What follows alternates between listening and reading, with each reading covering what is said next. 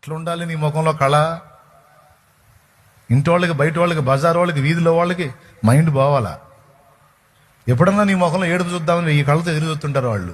చూసి చూసి వాళ్ళు ఏడవటమే కానీ నువ్వు మాత్రం నవ్వుతాను తిరగాల. ఈడు ఎప్పుడు ఏడుస్తాడు రా, ఈడు ఎప్పుడు చూసినా నవ్వుతానే ఉన్నాడు.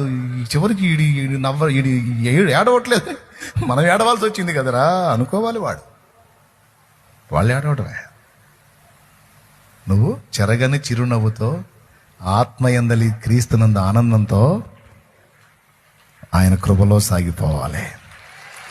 అదే ఆరోగ్యం, అదే ఆత్మబలం, అదే ఆనందం, అదే ఇతరులకు కూడా ఆలోచన కారణం. ఇక నువ్వు మొత్తుకొని చెప్పాల్సిన అవసరం. ఎప్పుడు నువ్వు క్రీస్తులో ఆనందంగా కనపడు, హ్యాపీగా కనపడు,